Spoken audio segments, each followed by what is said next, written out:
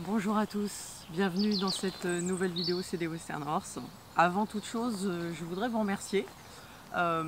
pour l'intérêt très important que vous avez eu pour le dernier post que j'ai mis en ligne hier soir et qui était un post qui concernait, je vais dire encore, le positionnement de la selle. Alors vous allez me dire, ça tourne un petit peu à l'obsession. Vous n'aurez pas entièrement tort. C'est vrai que j'ai vraiment un intérêt tout particulier pour ce moment qui est le positionnement de la selle. Et au-delà de ça, parce que j'ai déjà fait une vidéo technique sur le positionnement de la selle et le pourquoi du comment on doit la mettre en arrière de l'épaule du cheval et non pas dessus, je voulais aller un petit peu au-delà de ça aujourd'hui et parler du moment durant lequel on prépare et plus particulièrement on selle son cheval. Et je voudrais remercier une des lectrices du post, Sabrina Galetti, merci Sabrina, qui a eu une formule que j'ai trouvée absolument magnifique et qui a écrit en réponse à ce post: sceller son cheval n'est pas quelque chose d'anodin. Et alors ça vraiment, cette phrase je vous la pique et je voudrais que ce soit le sujet de la vidéo d'aujourd'hui. Effectivement, sceller son cheval n'est pas un moment anodin. Pourquoi c'est pas anodin? D'une part parce que quand on s'apprête à faire une séance avec son cheval, que ce soit une séance d'entraînement ou une séance en extérieur, hein, on part se promener ou on part sur quelque chose en extérieur de plus long, une rando d'une demi-journée, d'une journée, peu importe. Quand on va chercher son cheval et qu'on le prépare dans le but de le monter,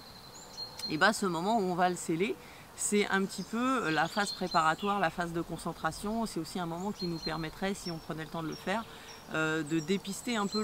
l'état d'esprit du cheval à ce moment-là. Et on voit beaucoup trop de cavaliers qui rushent ce moment, qui vont vite, qui même parfois s'agacent, le cheval s'agace, et c'est pas du tout ce que ça devrait être. Donc pourquoi sceller son cheval, c'est pas anodin? C'est pas anodin pour trois grandes raisons.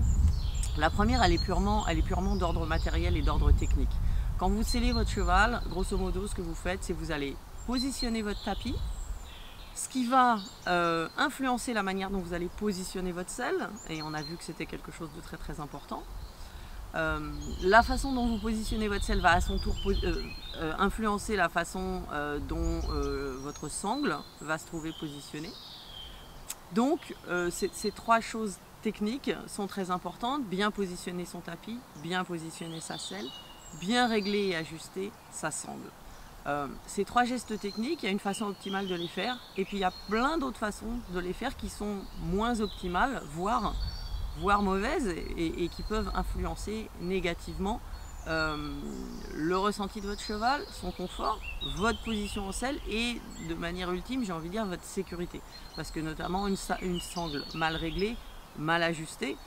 on est clairement dans le domaine sécuritaire. Donc c'est vraiment important de prendre le temps d'apprendre à faire ces gestes-là de la façon optimale et de prendre le temps de les faire. La deuxième raison, elle est d'ordre beaucoup plus psychologique, et elle va vous donner,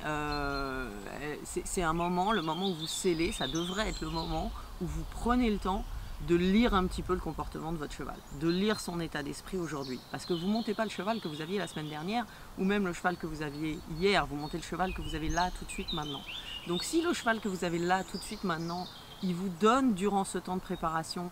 des signaux que je suis pas bien, je suis pas tranquille avec ça, ou cette sangle, je suis pas sûre, ou le tapis de selle, là aujourd'hui je suis pas sûre, un cheval qui gratte, un cheval qui bouge, et trop souvent on voit des gens qui s'agacent, ça finit avec une pichenette sur le cul du cheval, voire pire, alors qu'en fait le cheval il n'est pas en train de vous ennuyer, il est en train de vous parler, il est en train de vous dire oui, aujourd'hui je suis complètement ok, auquel cas il est là, il roupille à moitié pendant que vous le préparez, ou au contraire, non je suis pas sûre, ou au contraire, aujourd'hui c'est la guerre, ça va pas aller, etc.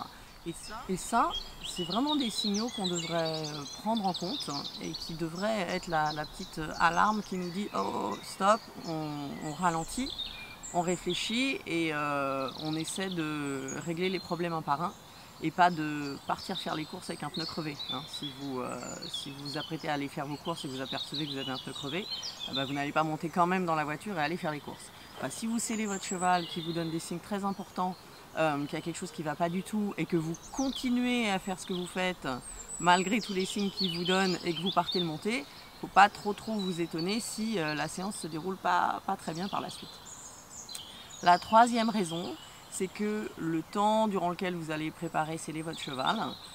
c'est aussi un temps pour vous, le cavalier, de faire le vide dans votre tête et de vous concentrer sur ce que vous vous apprêtez à faire, de ne penser à rien d'autre que de vous concentrer sur le fait de faire les choses bien, même des choses très matérielles comme poser un tapis, poser une selle ou serrer une sangle, mais de faire ces choses-là avec le temps qu'il faut, le mieux que vous pouvez le faire et de ne pas penser à ce qui se passe au bureau, la liste des courses, ce qu'il faut faire avec les enfants ce soir ou je ne sais quoi d'autre, mais de vraiment faire le vide, d'être présent dans le moment, ce qui est vraiment la chose la plus importante pour les chevaux, parce qu'eux ne se projettent ni dans le passé ni dans l'avenir, et de profiter de ce moment justement pour vous recentrer et vous connecter avec votre cheval et être prêt à avoir la meilleure séance que vous puissiez avoir. Donc moi j'adore comparer ce moment-là avec le rituel du thé au Japon, qui est quelque chose de... On rigole pas avec le rituel du thé au Japon, hein. Chaque petit geste prend un temps important. Chaque petit geste doit être fait avec beaucoup d'amour, si j'ose dire, et de concentration, et on le fait aussi bien qu'on peut le faire, de telle sorte que l'ensemble de cette expérience du rituel du thé, quand à la fin on finit par boire le thé, tout a été fait de la meilleure façon possible, et on s'est respecté soi-même et on a respecté ses autres. Voilà, dans le cas présent, vous vous respectez vous-même, vous respectez votre cheval, et vous profitez de ce moment pour vous déconnecter de toutes les choses parasites que les humains sont tellement forts pour garder en tête en permanence, et vous vous concentrez véritablement sur ce que vous vous apprêtez à faire. Donc j'espère que cette vidéo vous aura plu. Je vous invite à me laisser tous vos commentaires qui sont toujours les bienvenus, et je vous dis à très bientôt pour un autre sujet.